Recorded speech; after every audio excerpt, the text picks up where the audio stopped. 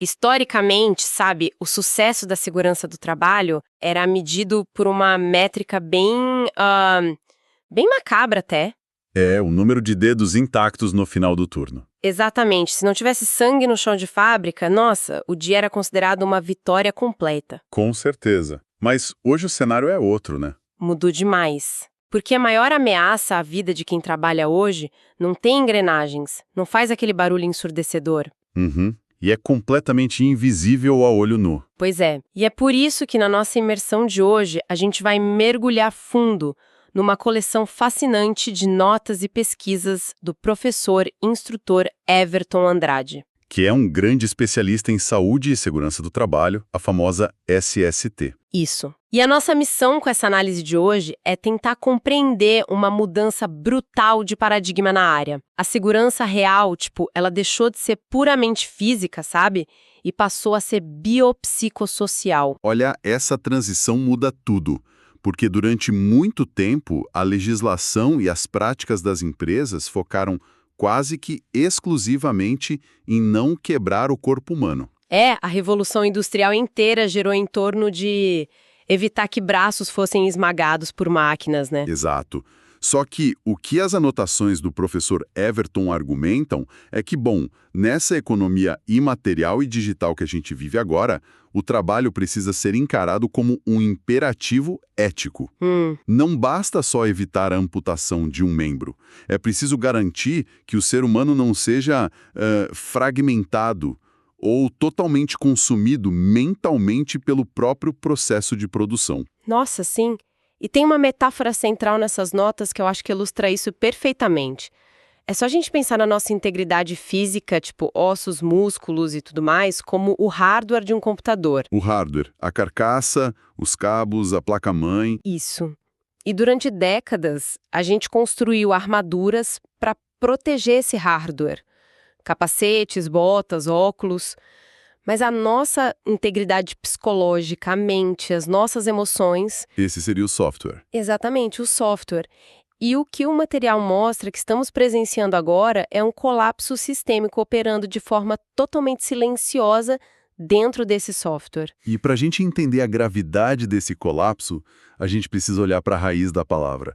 O que é que estamos tentando proteger de fato? A integridade, né? Que vem lá do latim integritas. Integritas, que significa permanecer inteiro, intacto. Uhum. Então, se conectarmos isso a um panorama maior, trata-se daquele direito inalienável de qualquer pessoa que sai de casa para trabalhar, de retornar ao fim do dia com essa mesma inteireza. Não só sem arranhões no braço, né? Exato. Não apenas sem doenças físicas, mas com a capacidade vital preservada. Faz todo sentido.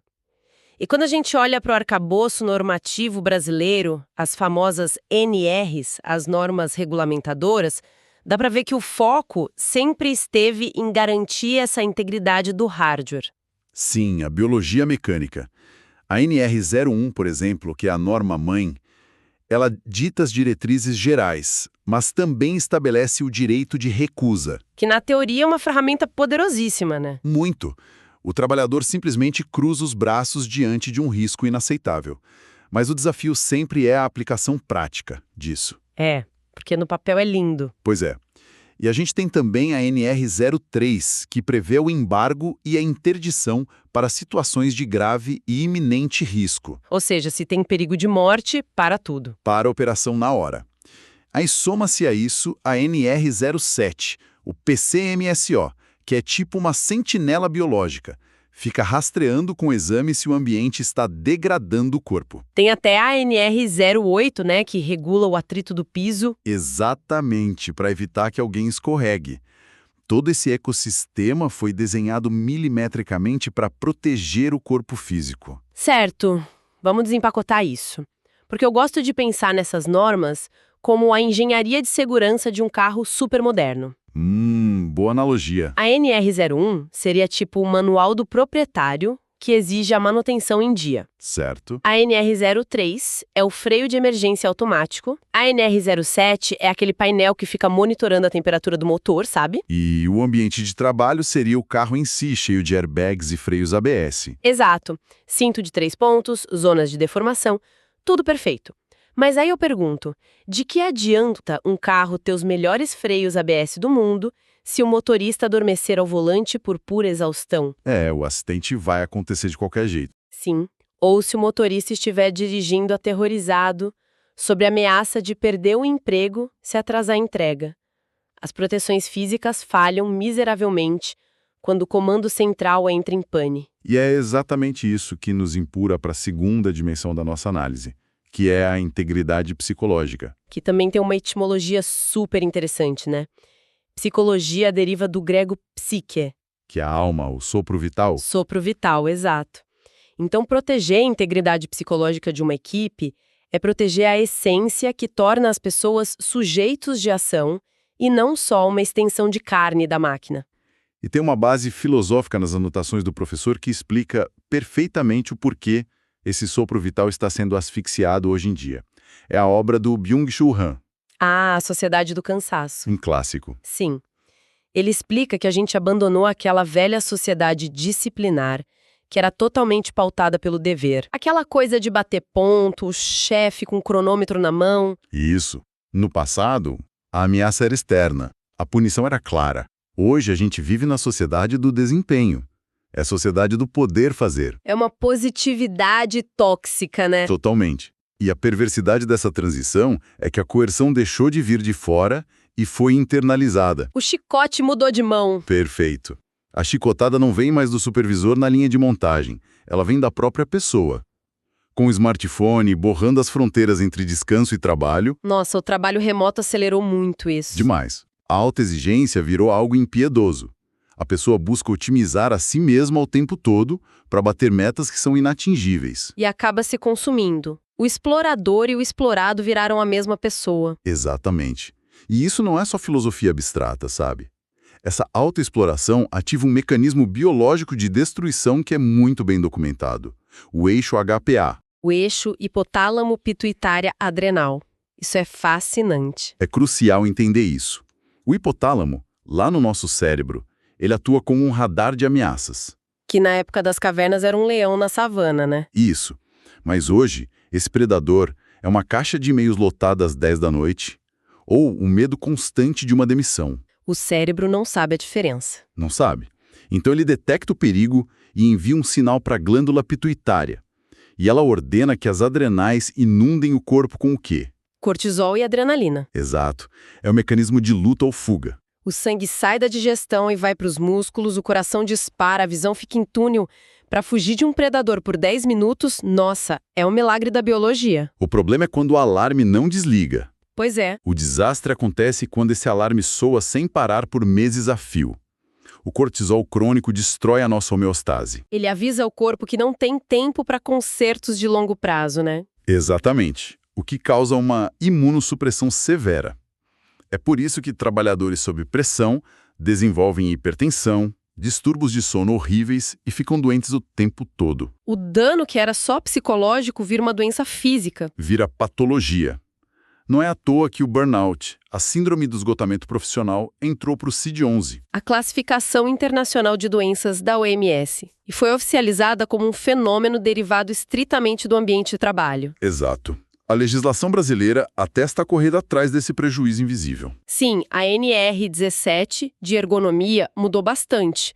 Antes era só sobre a altura da tela do computador, a cadeira. E agora ela exige a avaliação da carga mental, dos ritmos de trabalho e da falta de autonomia. Tem também a nova CIPA Plus A da Lei 14.457, que obriga as empresas a prevenirem o assédio moral e sexual.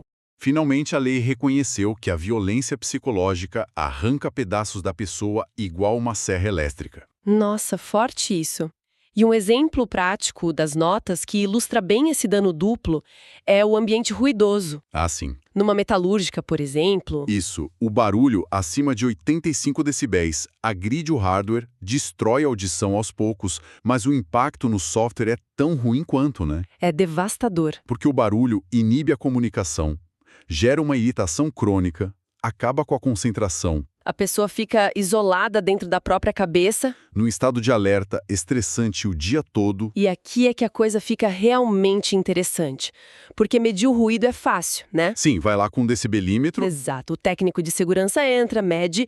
Se passou do limite, bota um protetor auricular na pessoa e pronto. A matemática fecha. A matemática física fecha. Mas como é que uma empresa mede o desespero silencioso? Como você afere o sofrimento mental de uma equipe antes que essa panela de pressão exploda num acidente fatal? Olha, a resposta do professor Everton para isso passa pela psicodinâmica do trabalho. Que é a linha estudada pelo Christophe Dejours, certo? Exatamente, o psiquiatra francês. A premissa dele destrói aquela ilusão de que o trabalho é só um lugar onde você bate o ponto e vai embora. O trabalho nunca é neutro. Nunca. Ou ele te dá autonomia, reconhecimento e saúde mental, ou ele é rígido, repetitivo e gera sofrimento. Aliás, a chave para entender isso é a tensão que o Dejours define entre o trabalho prescrito e o trabalho real, né? Essa contradição é o coração do problema. O trabalho prescrito é o mundo utópico dos manuais. Ah, o mundo perfeito das NRs. Isso. No manual, a máquina nunca quebra, as ferramentas estão todas lá, não tem imprevisto. É uma teoria totalmente asséptica. Mas o trabalho real é o caos do dia a dia. É quando a empilhadeira quebra, o colega falta, a matéria-prima vem errada e o chefe está gritando que o caminhão está esperando. E a produção não pode parar. Não pode. Então como é que a meta é atingida?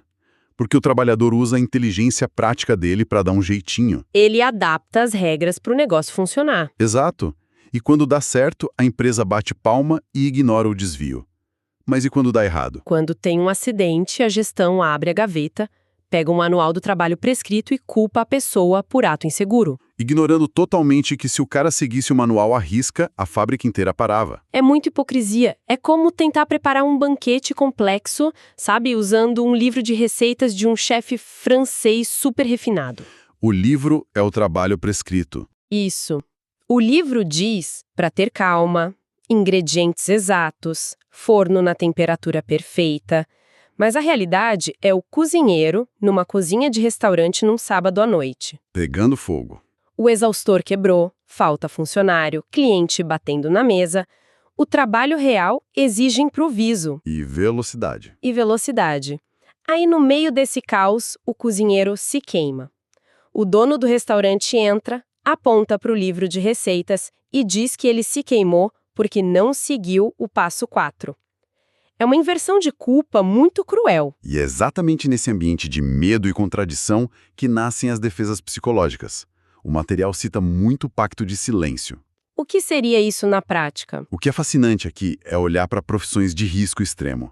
Eletricistas de alta tensão, montadores de andaimes. Eles costumam fazer piada com o perigo.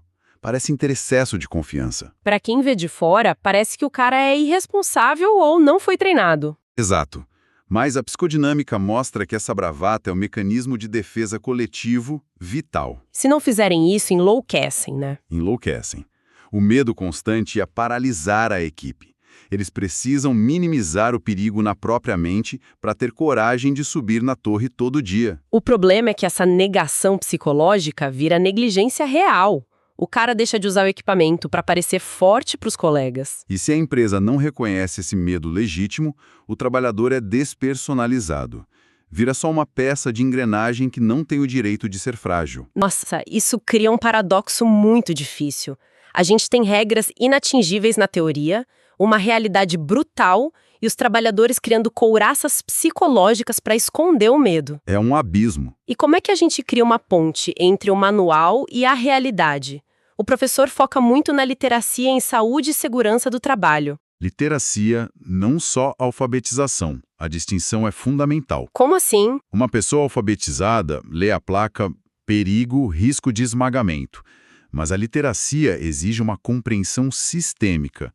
O professor divide isso em 3 níveis. Tá, qual é o primeiro? Encontrar a informação. O trabalhador sabe onde fica a ficha de segurança, a FISPQ, daquele produto químico novo. Certo. E o segundo nível é entender o que encontrou. Porque não adianta nada achar o documento se ele está escrito em grego, né? Exatamente. A pessoa precisa entender que aquele jargão significa que trabalhar perto do limite de tolerância do gás tóxico vai fazer mal para ela. E o terceiro nível? É a capacidade de agir.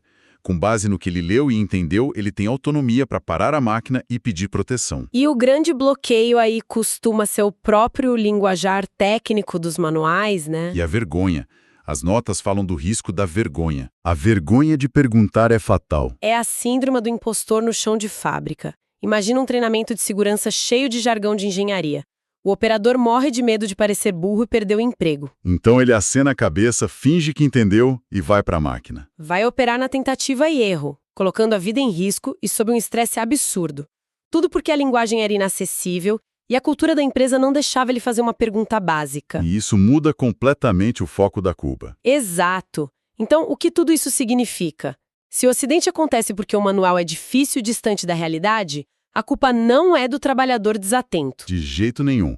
A falta de literacia não é uma falha de quem opera a máquina. É uma falha de quem projeta o sistema. Muitas vezes um manual super complexo serve mais como escudo jurídico para a empresa do que para proteger o funcionário de verdade. Isso levanta uma questão importante sobre a liderança. A intervenção não pode ser dar mais advertência no funcionário. Não vai resolver. A solução é o job design, o desenho do trabalho. As empresas precisam desenhar a operação para caber no ser humano e não tentar espremer o ser humano no processo. Treinar os líderes para criar segurança psicológica. Sim, um ambiente onde dizer "eu não entendi como funciona" seja visto como responsabilidade e não como motivo para punição. Uma gestão autocrática é o maior risco ergonômico que existe. Nossa, isso é muito poderoso. Para a gente sintetizar a essência da nossa análise de hoje, para quem está nos ouvindo, a verdadeira prevenção exige parar de ver o trabalhador em pedaços. Corpo e mente são indissociáveis. Totalmente.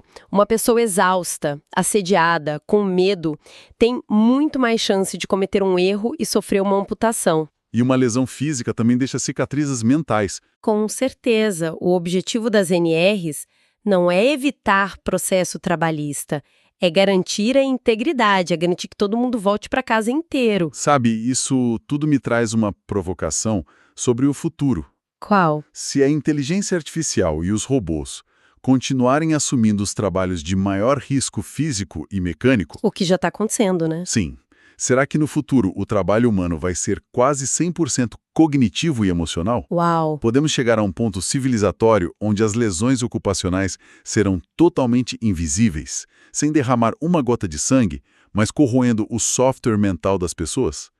Como é que a gente projeta equipamento de proteção para a mente? Que reflexão incrível, fica aí esse convite para todo mundo que acompanhou a nossa imersão pensar sobre isso. O futuro do trabalho depende da nossa capacidade de proteger o que a gente não consegue ver.